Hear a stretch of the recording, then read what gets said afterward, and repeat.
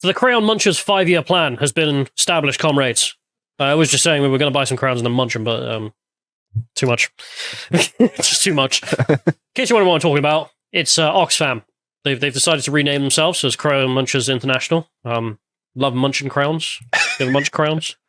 No, not even as a child. Wonderful activity, I'm being told from the Oxfam CEO, but we'll see. We'll start off just with the Origins of Intersectionality podcast on lotuses.com, because, of course, this is what has caused the outbreak of crayon munching amongst grown adults for some reason.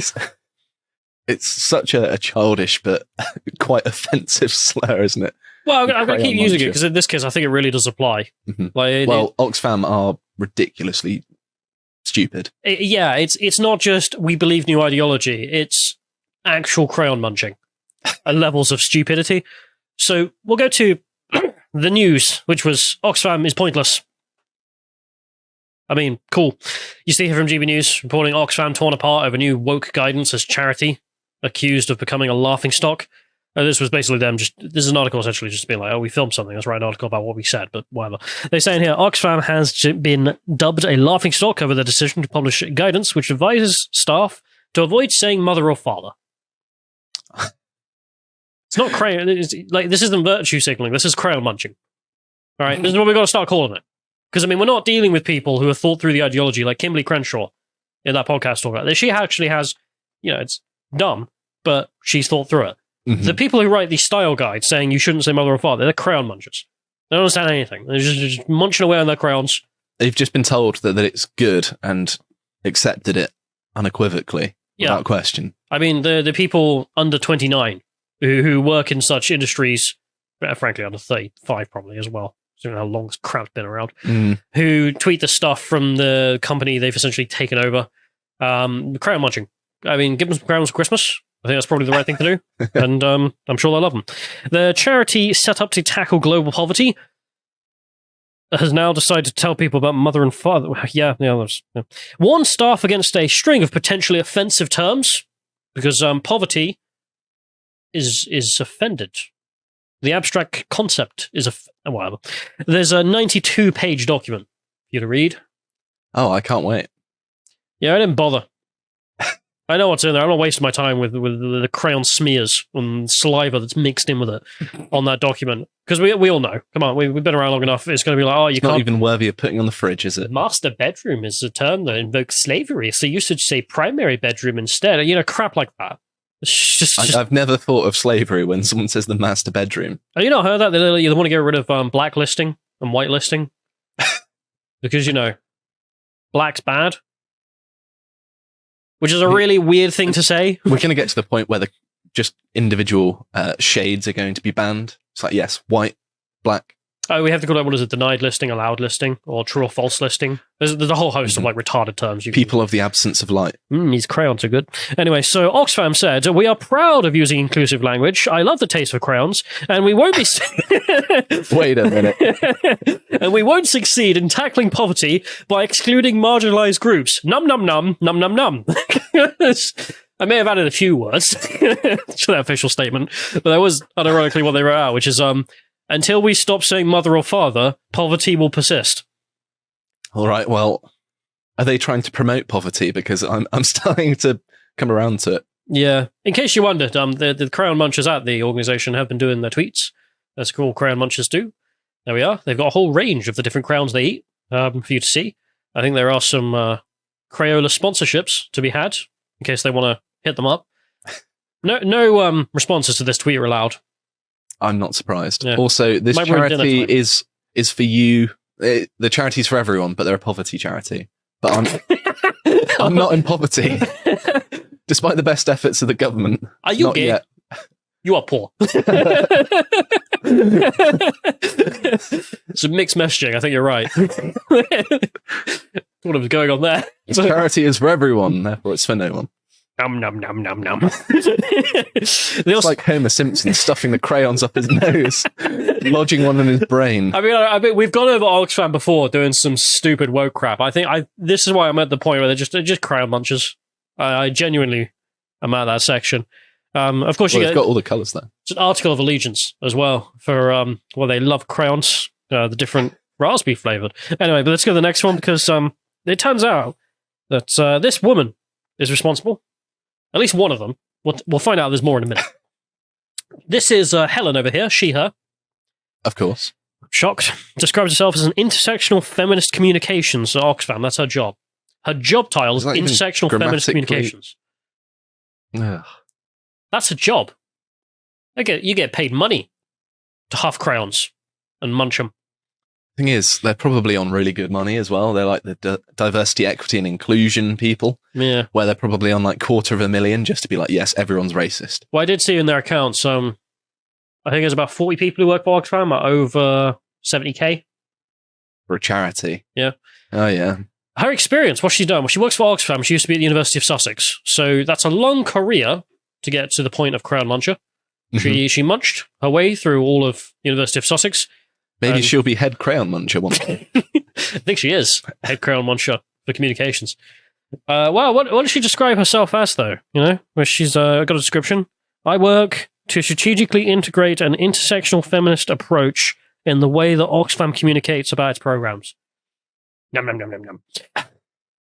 She also works to ensure campaigns reflect our commitments to anti-racism, feminism, LGBTQIA plus rights, inclusion, blah, blah, blah, blah, blah, blah, blah. Num, num, num, num, num, num, saliva dripping down her throat. What? I don't know. I imagine they salivate a lot as well. I think crayons make you produce more saliva. Like Pavlovian dogs. Well, I mean, if you eat a lot of salt, then I think your body will produce more. Do crayons have salt in? Have you been sampling a lot of crayons? I think it would dry it out. I'm assuming. I'm not a crayon muncher. I don't work in intersectional feminism. It takes one to know one, doesn't it? I've seen you sneaking the odd crayon, Callum. Does it? I mean, if you see a man at a bus stop munching crayons, do you have to munch crayons to identify as a crayon muncher? Yes. This is the hill I will die on. Weird one. Anyway, Crayon Muncher, projects amongst Crayon Munching describes themselves as things they've achieved in this very important role of intersectional communications, No. You go back, because there's projects. The Inclusive Language Guide. Oh, so she's responsible for this.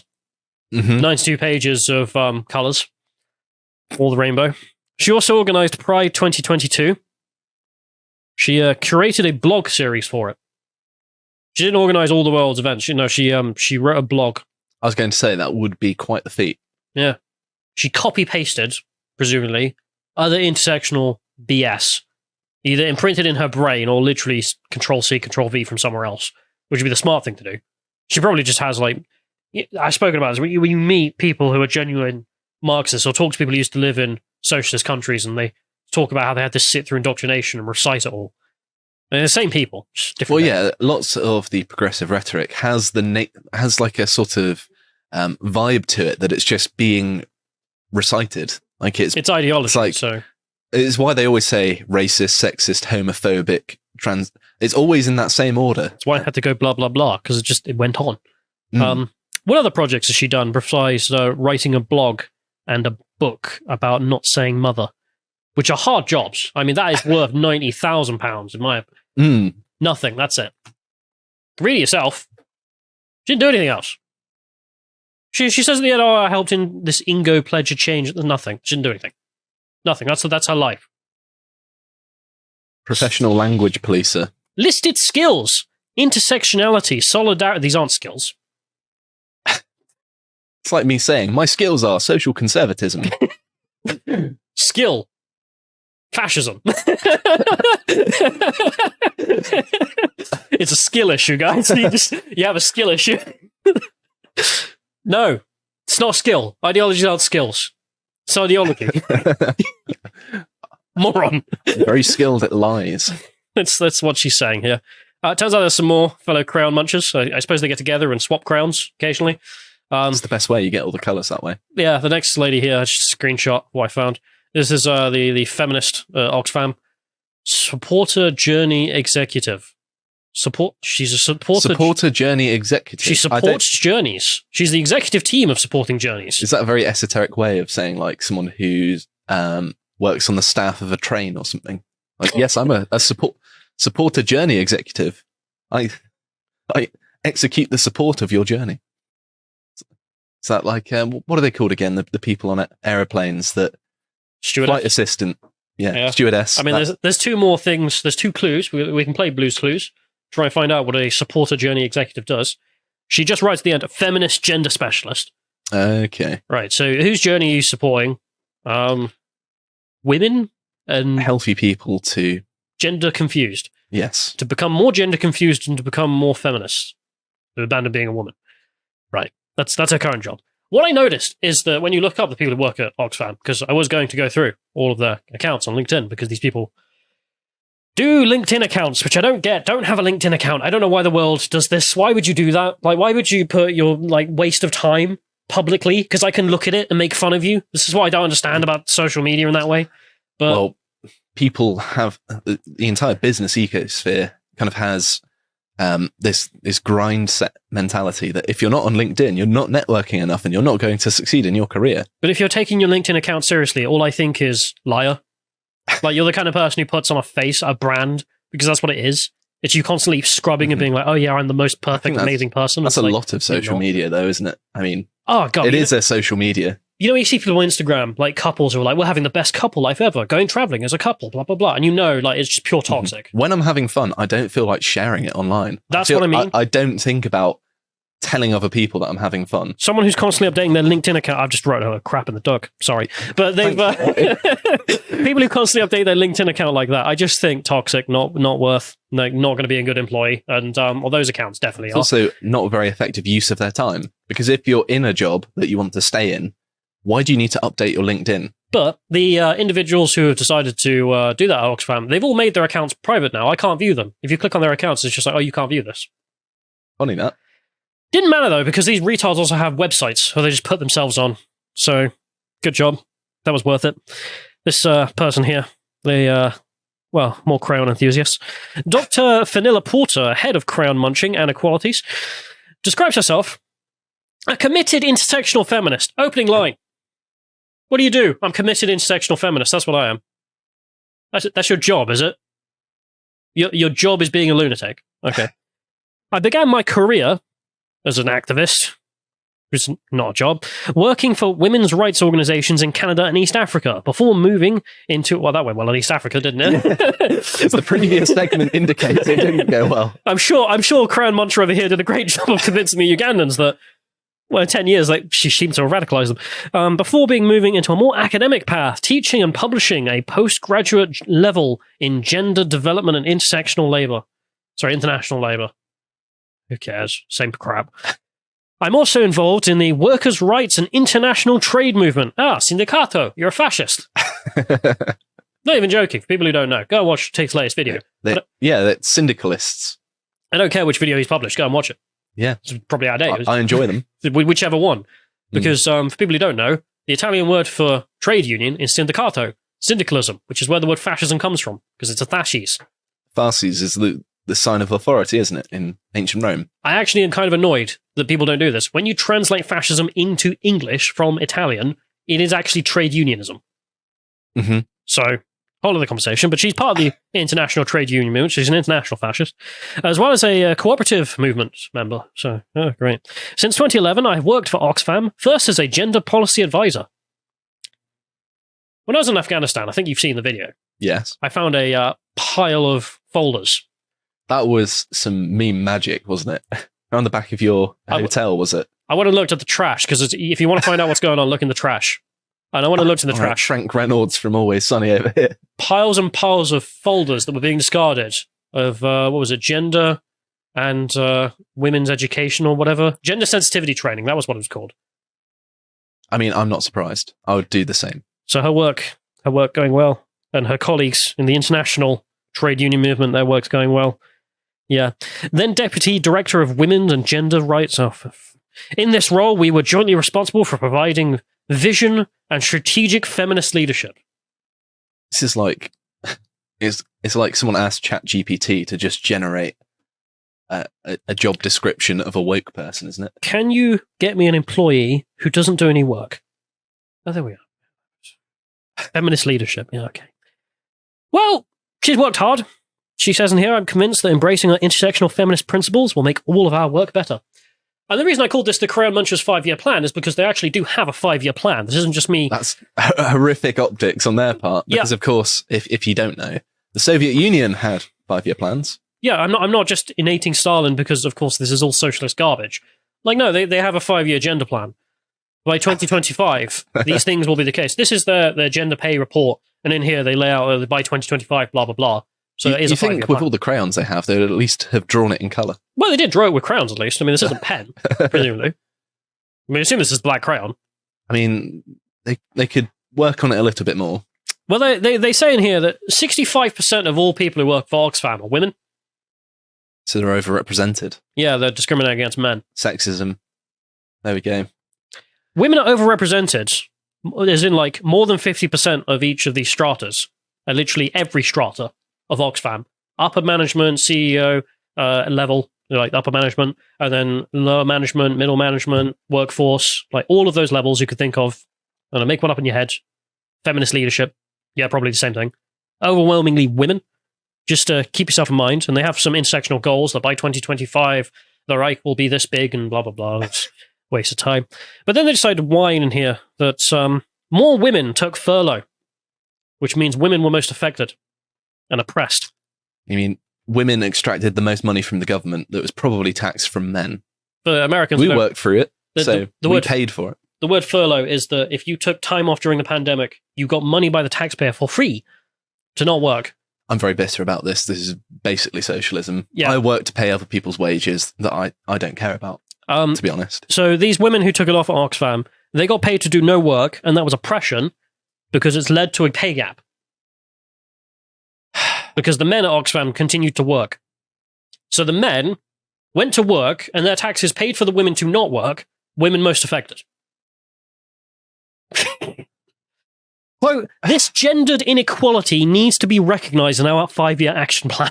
It's like you get like a parasite on your leg, and the parasite complains that your blood isn't sweet enough. No, how could you? You want to know what the pay gap at Oxfam is, even with the 5-year plan? Go ahead. 25.5%. Women make up over 60% of every level of management and workforce, and yet there's a pay gap of 25.5%. There's just a lot of internalized misogyny, clearly.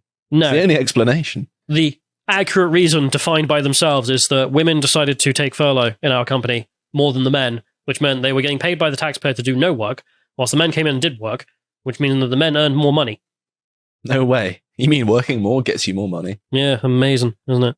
But we'll go to the Companies House report, because if you ever want to find out about a British company, just look Companies House, type in their thing, and you can find deets if they're a charity, because they have to publish it if they're a charity. I think it's the same in the US. I don't remember. I think so, yeah. But there's pages and pages of crap in here about CO2, which you didn't expect. It's just, it goes on and on. But do you care about CO2? You know what the cause of poverty in the world? Yeah. It's not a lack of food, clean water, like we used to hear about now. CO2. It's I think it's about halfway through this start, and it just goes on and on and on. Side note. The main thing as to why the Crayon Munchers have their 5-year plan, why they're funded, in fact, 50% of all of their income comes from the state. I mean, the trade union element all of a sudden seems to mesh quite well with that fact, doesn't it? I mean, yeah. A cozy relationship with basically a private interest group and the government. One of the same. There's a word for that, isn't there? Trade unionism. Yeah. In English. In Italian, it's something else. Do you want to know what the biggest funders of Oxfam are from the States? Because it's not just one state, it's multiple states, because of course. I take it you mean a state in the United States? No. That's, it's really more who's the most cuck, woke, retarded states who would throw money around like this. As in national state? Yeah. Okay. Is it overall or by... That's not helping. I'm gonna pick Canada. Ooh, you're close. They were one of the big funders, but no. You got two more guesses. Most cuck nation. United States of America. Boom, that's one of them. You're on the board. Okay. Survey says they're the biggest one. Sorry, second biggest. There is a bigger cuckolder state in the world. Is it us? No. One more guess. Sweden.